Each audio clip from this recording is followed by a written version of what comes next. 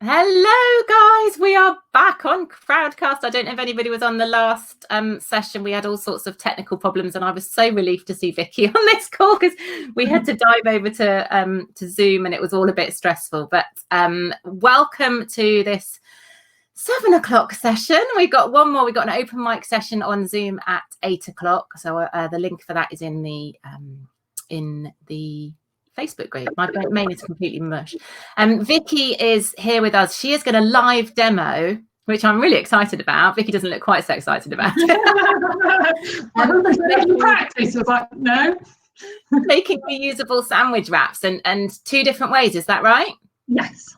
Brilliant. So I'm gonna disappear. Vicky, introduce yourself. I'll pop back on at the end, get you to share all your links, and I'll keep an eye on the chat, guys. If you've got, you all seem pretty familiar with the chat now, so you can have a chat, connect with each other on the chat there. And then if you want to ask a specific question, at the bottom of the sort of bottom menu bar, there's one that says ask a question. Pop it in there, and then hopefully they won't get lost amongst the chat, and I'll pop back on at the end and run through all them with Vicky. So this is being recorded. The replay will be available straight after the live event if you want to come back and see any of the chat or watch again in slow-mo as Vicky does it. So yeah, I'm going to disappear. Vicky can introduce herself and then we'll crack on. Thank you, Vicky. You're welcome. Hi, I'm Vicky. I'm a mum, employee and a blogger. I like to make things for around the house that make us a little bit more sustainable, a bit more environmentally friendly. One of the things in our home is when we go out as a family, we like to take picnics, or I do anyway, financially I like to take a picnic if for no other reason. My husband can't abide carrying Tupperwares around for the rest of the day, so he quite likes us to just have disposable packaging we can throw in the bin. So I have made some beeswax wraps for sandwiches. So these fold up from the bottom and then the sides like that. You put your sandwich in and then fold down. So I'm going to show you how to make these. In the process, I'm going to show you beeswax and soya wax. So I've got both here. I've got a big packet of soya wax and a small amount of beeswax. You can see which I've used most of. So both these products I just bought online. They're nothing in particular. I just googled beeswax pellets or soya wax. You could grate a block of solid wax. You're going to need fabric. I like to use 100% cotton and baking paper. So we'll see how the camera works in terms of demonstrating this live. I don't have any ability to lift the laptop up particularly. So you need fabric. Mine are 11 centimetres or 13-inch square. Vicky, is it okay to use to reuse fabric? So if you've got old sheets or duvet covers or pillowcases, is that Totally, definitely. I love pillowcases, duvet covers, sheets, because they've got so much more life in them, haven't they? Yeah, and you can get quite a lot of fabric for not a lot of money. So absolutely, you get loads of fabric for not a lot of money. Yeah. I bought a Japanese print duvet cover recently in a charity shop, which I loved, and then realised I probably wasn't going to make anything with it. So my mum's busy making shoe bags for hospitals out of it. I think the nurses will love really bright Japanese fabric. So let me see if I can move the camera a bit so you can see my working space.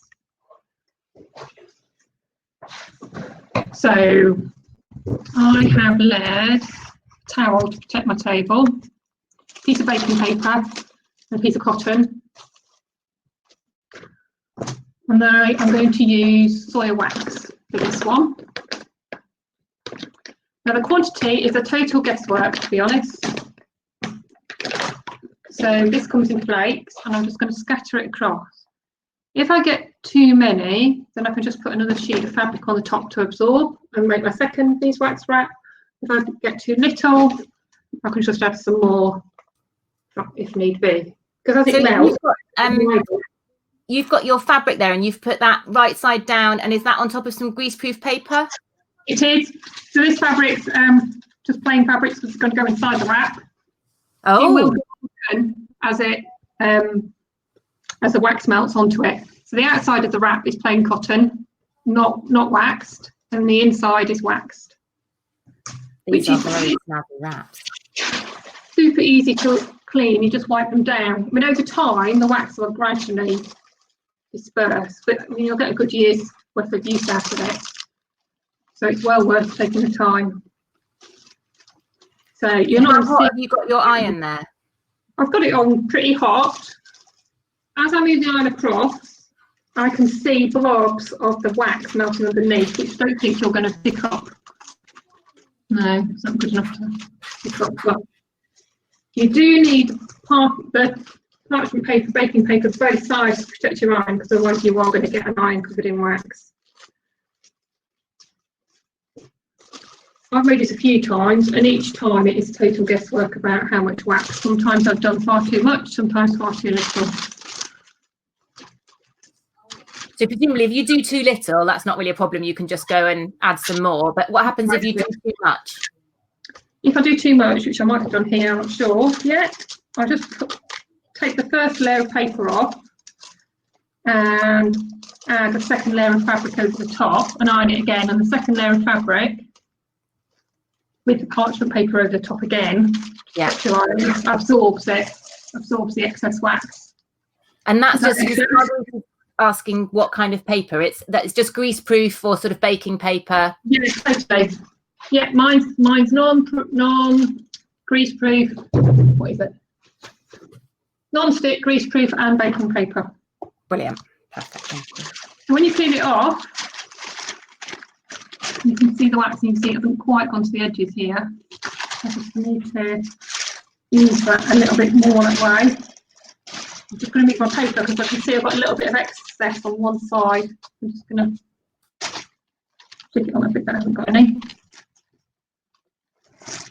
Right. So now you have a piece of fabric. Oops. That's waxed.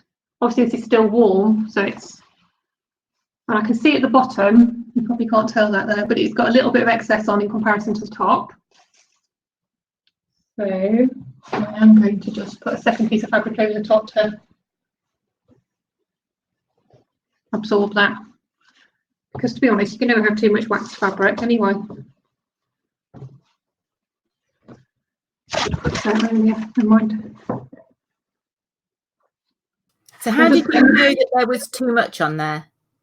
It just looked a bit shiny and just looked too much. Okay. That's not very helpful, isn't it? Really not very helpful at all. You can also tell when it pulls because it's really crackly. I mean, it might not be too much. It might be all right, but let's just... And why does it matter if there's too much? Obviously, other than wasting it. It's just thicker. The fabric's thicker, so it doesn't fold quite as. Yeah. Does that make sense? Yeah, definitely. Yeah. Good. Glad you're asking the questions as we go. Right. So yes. So my second piece of fabric is virtually equally covered. So I definitely had too much. So that's quite useful. Second piece of fabric around. That's interesting as well, because it didn't really look like you put that much on when you sprinkled your flakes on. Not at all. You don't need much whatsoever. Yeah. So and if we were doing this with beeswax, just exactly the same technique. Absolutely. Absolutely. When you buy them in the shop, some of them have an oil mixed in as well, but I've never bothered, to be honest. Yeah, I think some of them don't have like a resin and an oil as well, and I think it's supposed to make it more pliable. I'm not entirely sure, but yeah, it all starts getting confusing. Yes.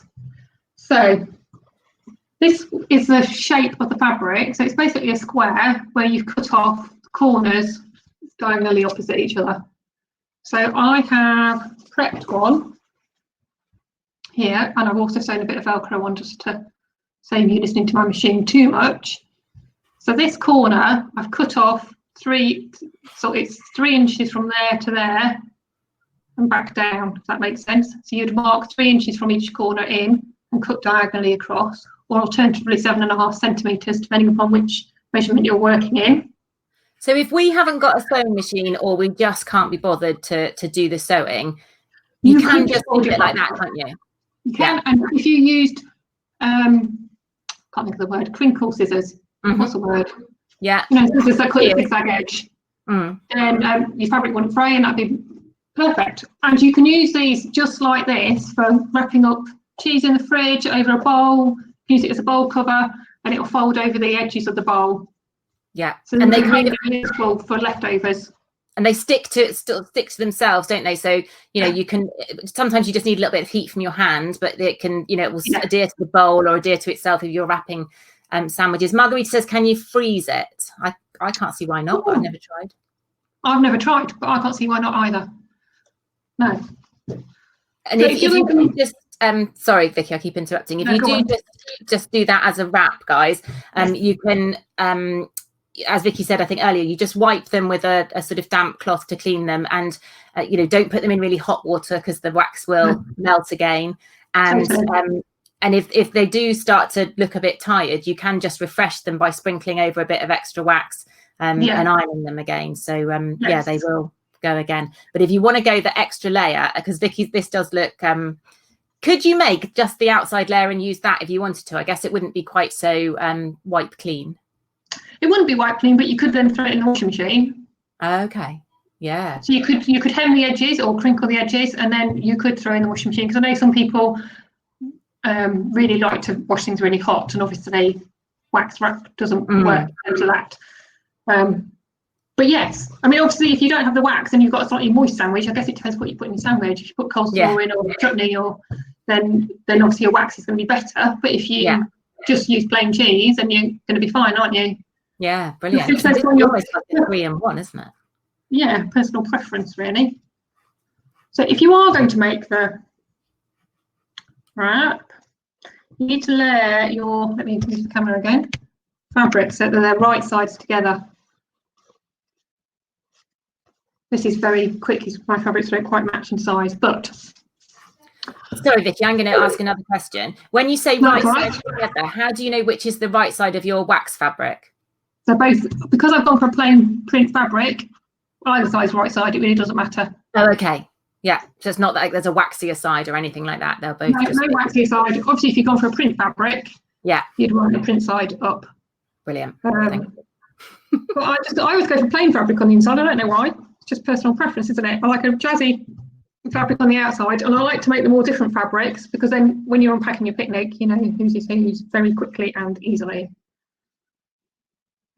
So I'm going to sew round. I'll do this as quickly as I can in terms of the noise on the camera. If you put pins in, obviously wherever you put the pins, you're going to get pinprick holes. So keep them. I'm going to stitch round at about 1 centimetre, sort of 1/2 inch. So if you pin, make sure your pins are in that seam allowance. So by that I mean I've clipped because I have them, but put your pins on this side, not on the main bit of the wrap, but on your seam allowance here. Does that make sense?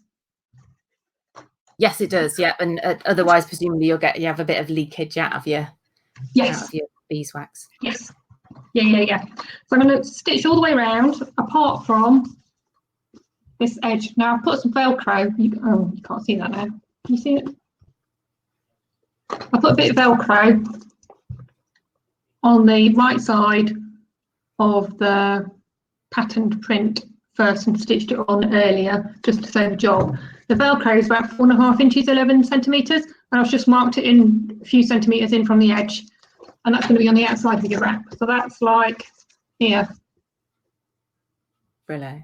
Yeah, so it's in the middle from one of your cut edges. If we didn't have Velcro, would it work to sew some sort of ties or tape or something in between the two layers and then tie it? Yeah, I think it would. Yeah. I think you would probably do that from one of the diagonal edges and just put 2 ties into one edge in one go. Yeah. Does that make sense? Yeah, so brilliant. I'm going to just whiz round.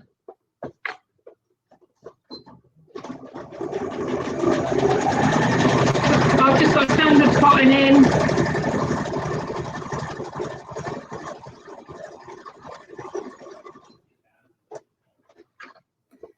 Has anybody pop in the chat, guys? Has anybody already had a go at making their own wraps? Did you find any problems that you came across or anything like that? And hands up if you've got a sewing machine and you want to have a go at this, because I think in these like double layer ones are very snazzy. So let us know in the chat how you're doing for your wraps. Does the wax trash the needle? Really good question. Does the wax what? Hang on. I can't stop there. Does the wax trash the needle? Does it, does it blunt the needle? I've not noticed it doing so. I'm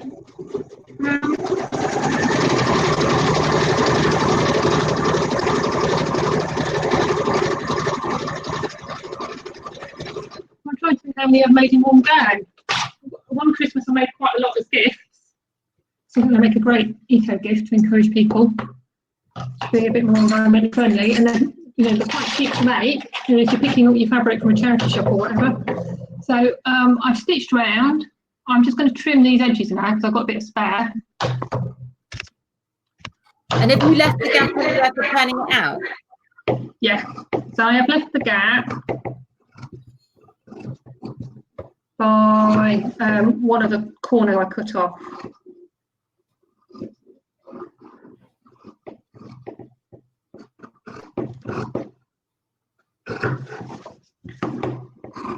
Getting there.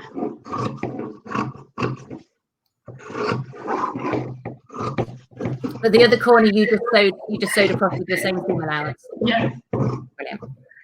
Yeah.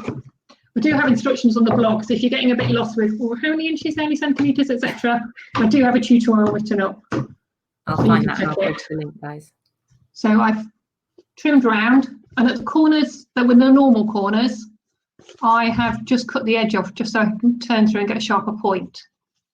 So my turning gap is here on this corner, and I'm going to turn through.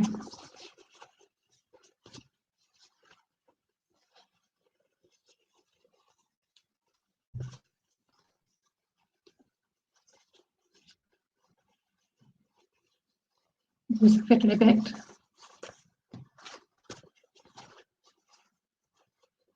But I love them because they're so easy for work. Never mind family picnics. Right, it's coming through now.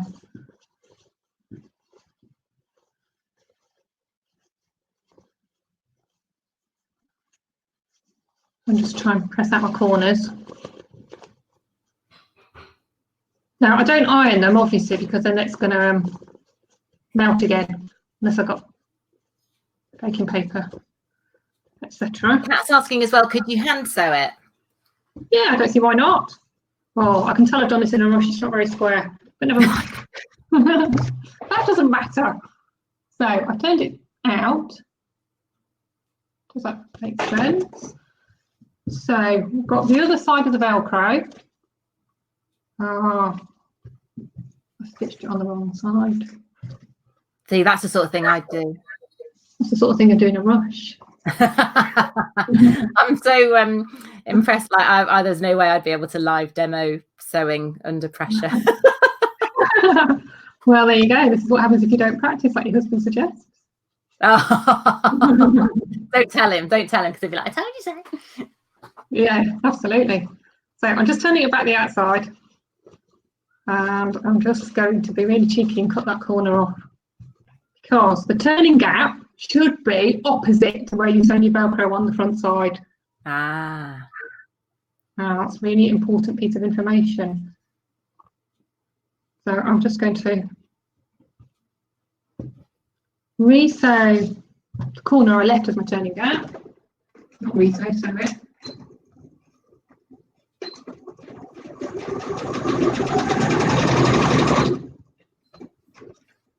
Right. And cut this other corner. Yeah. Right. I love that double checking then to make sure you've got the right. Yes. Totally. That's the thing. If you make a mistake, you don't make it again, do you? I do. Well, the theory says anyway.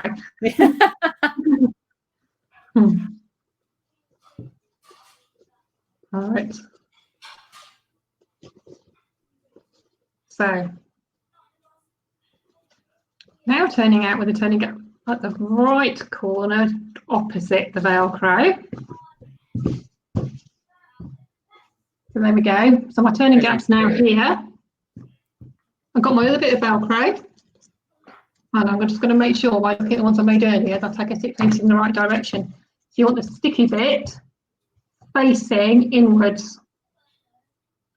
And I am folding in those raw edges there. Can you see that? I don't know how good my camera is at refocusing when I change angles. So I'll finger press that in. And I'm going to place my Velcro with a sticky bit facing the lining. And then I'm just going to sew across here. And then it's all done.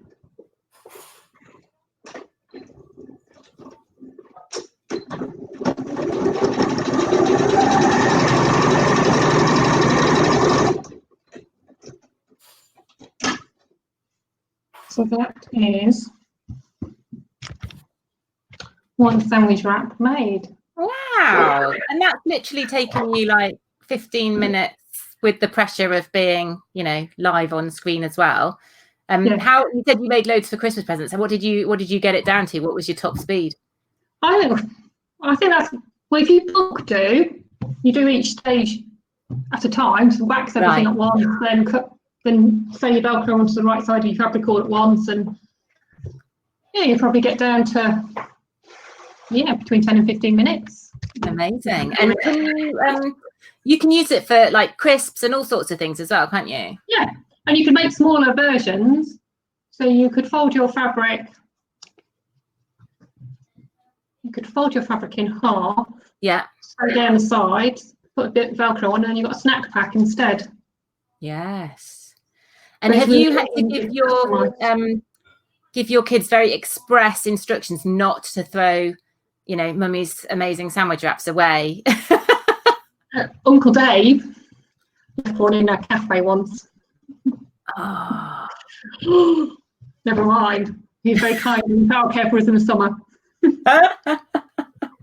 Oh, bless. Oh, that's amazing. And I can't believe how quick and easy that is. And I think I've got really hung up before about the beeswax wraps and, you know, oh God, I need this oil and that oil. And then it's, and then, you know, is it actually that sustainable? But actually that you've kind of demystified it a bit for me. So that's amazing. So this is the piece we didn't use. This is my spare. You can see how it's much crispier now. It's cooled down and how it could easily fold over half an apple or whatever in the fridge.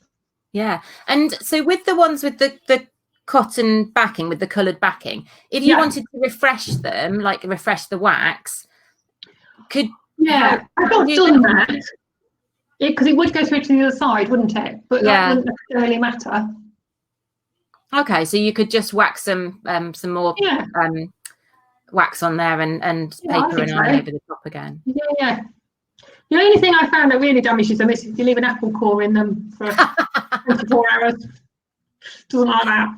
Not that you're speaking from experience or anything like that. No, not at all. Brilliant. Has anybody got any questions for Vicky?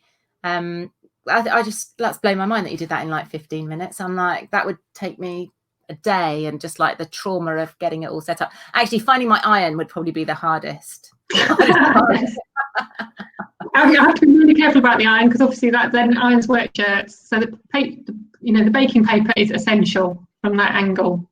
Yes, definitely. And because that would be such a sticky kind of mess to wouldn't it? Because I've seen people do different sort of techniques for the wax as well, and some people will do it in the oven, or I saw somebody melt it like in a sort of bain-marie thing and then paint it on. But I think those certainly the melting and then painting it on technique, you know, everything just gets really sticky and claggy, and you know, like you need separate utensils for doing that, don't you? So and then you've got a pan with wax left in it, and whereas this, you're just literally using the wax that you need. You're not melting any that you're not going to use. You just you know, you're just melting the precise amount. I've not tried it in the oven. I mean, lots of people do use the oven. I quite like seeing it melt, to be honest, onto the parchment paper. And I think somebody was showing me how to do it, and they said that, you know, the advantage with the iron as well is that you can kind of force it, you know, you put that pressure on and you're almost sort of forcing it through the fabric onto both sides as well, so that you get a bit more of an even distribution. And if you can guide it, towards the edges of your fabric and make sure you're covering all your fabric with your iron, so you can sort of push the excess wax in different directions. Linda's just said she got the time wrong and only just joined. Yes, it's all been recorded, Linda, so you can rewatch and watch back the wax bit. Like we said, I think, you know, you can either just do the beeswax wraps, you could just do the cotton wraps if you just had you know, some sort of non-messy bits you wanted to do, or to combine the two together as Vicky's done. And I think that's amazing, Vicky. Thank you. Oh, you're very welcome. Thank you for having me. Oh, I can't at the moment, so I think we can release you to enjoy the rest of your evening. But I think you in the Facebook group, because then if people have questions, they can always tag you. Let me I was just finding the link for your wraps, and I was going to pop that in the chat as well. If I search wraps on your site, will it come up? Yeah, if the search bar is not very good. Let me see if I can find it. Find it for us. Guys, let us know if you're going to give those a go. Jenny's saying she is.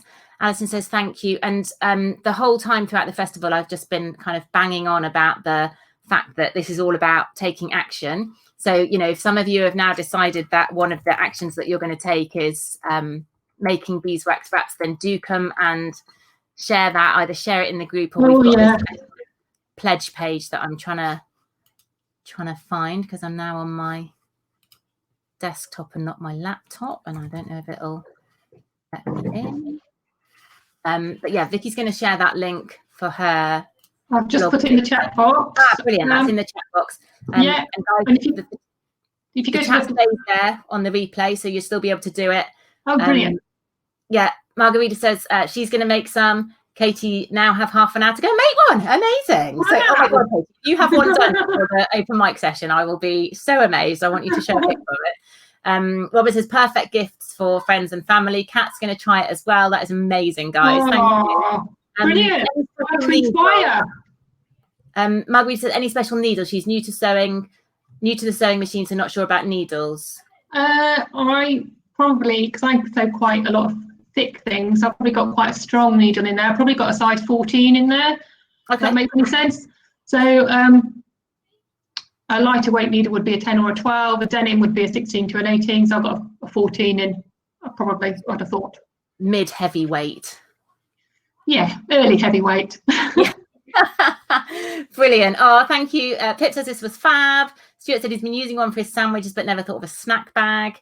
I'll be so excited if we have a little stash of reusable wraps made by the end of this week. That'd be phenomenal. So guys, if you do make one, come and share a picture of it in the group. It's fun to see all the different fabrics.